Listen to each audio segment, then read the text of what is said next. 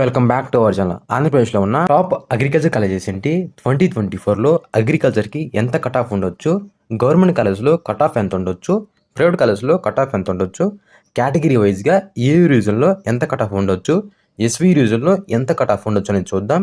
Video ఎక్కడ skip చేయమాకండి, పూర్తిగా చూడండి. ఇంకా లేట్ చేయకుండా let's get into our video. Cut off అనేది పేపర్ డిఫికల్టీ అండ్ కాంపిటీషన్ మీద డిపెండ్ అయి ఉంటుంది. ఫస్ట్ ఆంధ్రప్రదేశ్లో ఉన్న top government agriculture colleges list చూద్దాం. Agriculture college Bapatla, SVU agriculture college Tirupati, agriculture college of Naira Srikakulam, agriculture college Mahanandi Kurnool, agriculture college Rajahmundry and 6 private affiliated college చూద్దాం. Shri Kinjarapu Yerrannaidu college of agriculture sciences Etcherla Srikakulam, Kadiri Baburao college for agriculture, ఈ college అయితే చంద్రశేఖరపురంలో ఉంది, Prakasam district. Next NS agriculture college Markapuram, SBVR agriculture college, ఈ college అయితే బద్వల్లో ఉంది, YSR Kadapa district. Srikrishna Devaraya college of agriculture sciences, ఈ కాలేజ్ అనంతపూర్లో ఉంది. JC Diwakar Reddy agriculture college Tadipatri, ఈ కాలేజ్ అయితే అనంతపురం డిస్టిక్ లో ఉంది. ఇక్కడ దాకా మీరు ఈ వీడియో చూసారంటే ఖచ్చితంగా వీడియో నచ్చింది అనుకుంటున్నాను. నచ్చితే లైక్ చేయండి. లైక్ చేయడం వల్ల చాలా మంది రీచ్ అవుతుంది, వాళ్ళకి కూడా హెల్ప్ అవుతుంది అనమాట. ఈ కాలేజెస్లో ఉన్న కొన్ని సీట్స్ అనేవి ఐకార్ ఎగ్జామ్ రాసిచ్చిన వారికి 15% సీట్స్ అనేవి కేటాయిస్తారు. ఈబీసీ వాళ్ళకి 10% సీట్స్ అనేవి కేటాయిస్తారు. డిప్లొమా చేసి అగ్రిసెట్ రాసిన వారికి 20% సీట్స్ అయితే కేటాయిస్తారు. ఎన్ఆర్ఐ కోటా కింద 10% సీట్స్ అయితే కేటాయిస్తారు.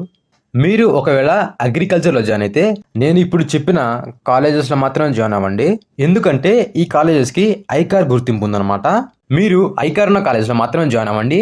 నేను చెప్పే కాలేజెస్లో అన్ని ఐకార్ కాలేజెసే. ఈ కాలేజెస్లో తప్ప వేరే కాలేజీలో జాయిన్ అయితే ఫ్యూచర్లో ఖచ్చితంగా ప్రాబ్లమ్స్ అయితే ఫేస్ చేయాలన్నమాట.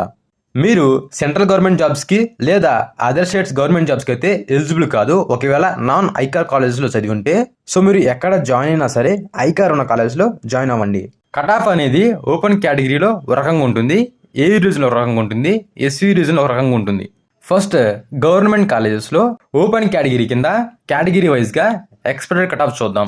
ఓసీ కేటగిరీ వాళ్ళకి నాన్ ఫార్మర్ కోటా కింద 5000 ర్యాంక్ బిలో ఉండాలి, ఫార్మర్ కోటా కింద 6500 ర్యాంక్ బిలో ఉండాలి. బీసీఏ కేటగిరీ వాళ్ళకి నాన్ ఫార్మర్ కోటా కింద 6000 ర్యాంక్ బిలో ఉండాలి, ఫార్మర్ కోటా కింద 7000 ర్యాంక్ బిలో ఉండాలి.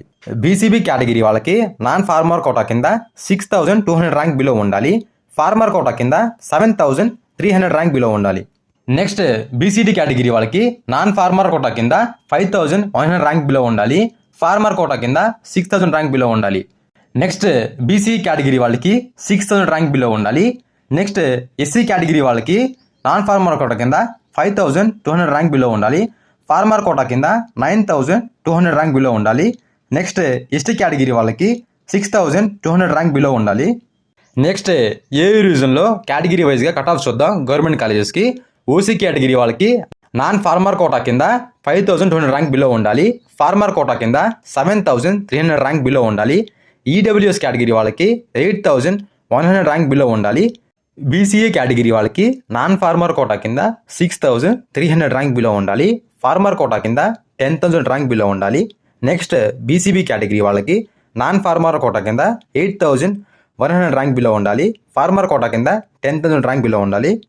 నెక్స్ట్ బీసీసీ కేటగిరీ వాళ్ళకి నాన్ ఫార్మర్ కోటా కింద 4400 ర్యాంక్ బిలో ఉండాలి, ఫార్మర్ కోటా కింద 6000 ర్యాంక్ బిలో ఉండాలి.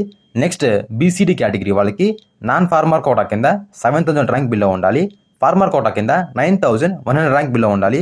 నెక్స్ట్ బీసీ కేటగిరీ వాళ్ళకి నాన్ ఫార్మర్ కోటా కింద 9300 ర్యాంక్ బిలో ఉండాలి, ఫార్మర్ కోటా కింద 11400 ర్యాంక్ బిలో ఉండాలి.